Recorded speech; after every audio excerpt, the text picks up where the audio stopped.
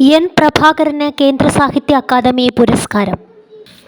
2025 കേന്ദ്ര സാഹിത്യ അക്കാദമി പുരസ്കാരം ചെറുകഥാകൃത്തും നോവലിസ്റ്റും കവിയുമായ എൻ പ്രഭാകരന്.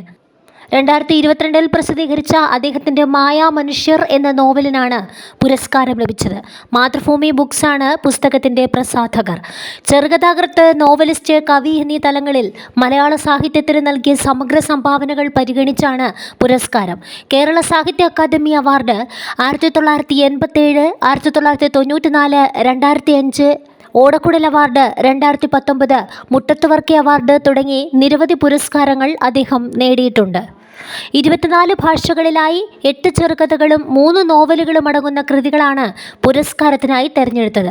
1,00,000 രൂപയും ഫലകവും അടങ്ങുന്ന പുരസ്കാരം മാർച്ച് 31 ന്യൂഡൽഹിയിൽ വെച്ച് നടക്കുന്ന ചടങ്ങിൽ സമർപ്പിക്കും.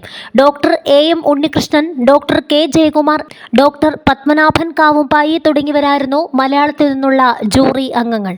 ആധുനികാനന്തര മലയാള സാഹിത്യത്തിലെ ശ്രദ്ധേയമായ ശബ്ദമായ എൻ പ്രഭാകരൻ ഒറ്റയാൻ്റെ പാപ്പാൻ എന്ന കഥയിലൂടെയാണ് ചെറുകഥാരംഗത്ത് പ്രവേശനം നടത്തിയത്.